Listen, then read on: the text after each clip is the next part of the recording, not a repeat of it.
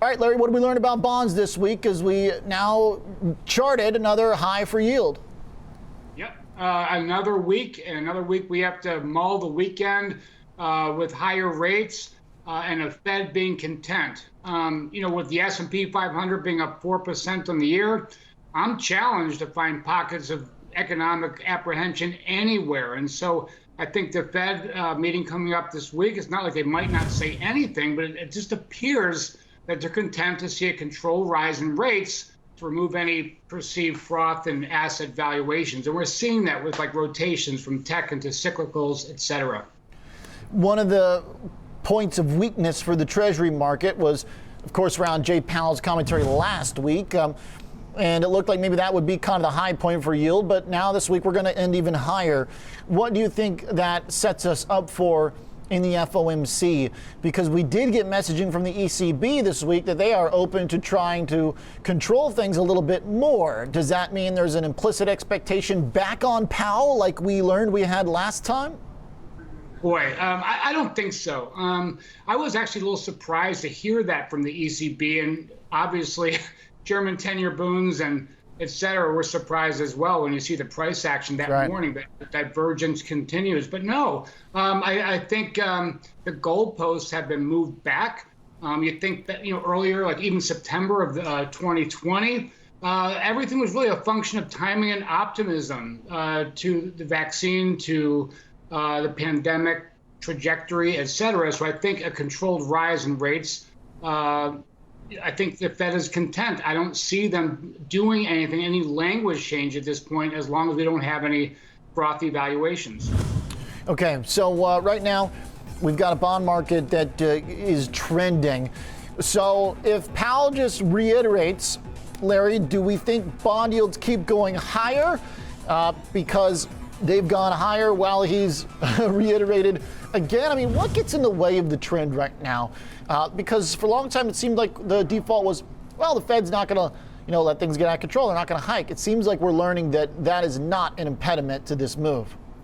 Yeah, not at this point. And I think the real driver, I mean, you look at the other networks, they all talk about supply indigestion and reopening optimism and SLR jitters, and all that's true. But really the driver is inflation expectations. And we see break evens at 230 bips today. It's unbelievable. And then you have a small dose of growth with real rates going higher. So the fact of the matter is, people like me, I was very bearish on treasuries in September, but my goalposts were way off. I mean, I said, well, we get up to 130. I mean, I'm definitely gonna get long. And I was way wrong about that. So inflation, I think the expectations of inflation are driving the market. And it's really important to keep in mind that the divergence between real inflation and actual inflation can last a lot longer than the difference between high rates and asset valuations. Larry, I'm curious from the trading perspective. Last week we spoke, as you said, you were surprised by the way yields had continued to move higher, but that, if I recall correctly, you weren't ready to pick a side. You're basically, I think you dabbled, right, in trying to go long and then said, okay, that didn't work. I'm stepping aside for the moment. Do you want to now flip and sell bonds and ride this trend, or are we still too disconnected from reality to go all the way opposite? Yeah, right now I'm a fan, and I'm happy to be a fan because I played and I got my rear end kicked, and so I moved my goalpost back up to, like, if we get up to like 175, 180 area, then yeah, that would be my new entry point. And I am not a technician at all. I'm just looking at stochastics, where the volume bulges are.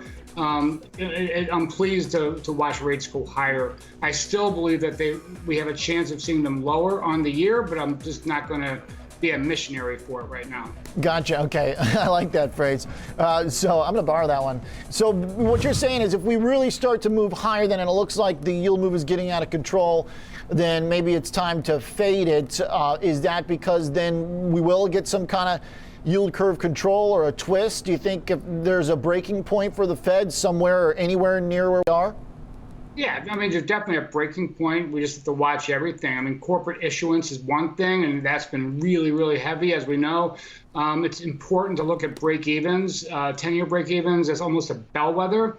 And also, we see a lack of rotation in the stock market. That's telling with regards to the short-term trajectory of rates. So that said, I don't need to be a hero. I don't want to be a hero. I still think rates have a very decent chance of going back down because there's just too many potential potholes. But when you consider what happened last night and with President Biden's speech, which was splendid, like, none of us should be surprised that rates are climbing higher right now. Okay. Larry, the potholes, give me an idea what those might be. Just any, problems with the vaccine rollout, or something doesn't get passed, or from a policy standpoint that we need down the road? I mean, it seems like we're about to inject this thing, and all the cases that we hear are generally, well, if anything, it's going to be even hotter than we suspect. Doesn't sound like you're on that side. Well, I just think there's so many potholes. It's not like I'm on that side or not. It's just that, okay, we still have 10 million people unemployed. What does that look like, getting people back to work? The wages need to rise. They haven't. We have like infrastructure projects, which I think that's what the market's counting on. I mean, yeah, they passed a $1.9 trillion relief package, which is on the high end of expectations, but I think there's something behind that, more infrastructure, more fiscal spending to support the rates the way they are today. So that, with the lack of consumer-driven inflation, I think there's a lot of things to worry about. And, my job is to worry, but I hope I'm wrong about everything.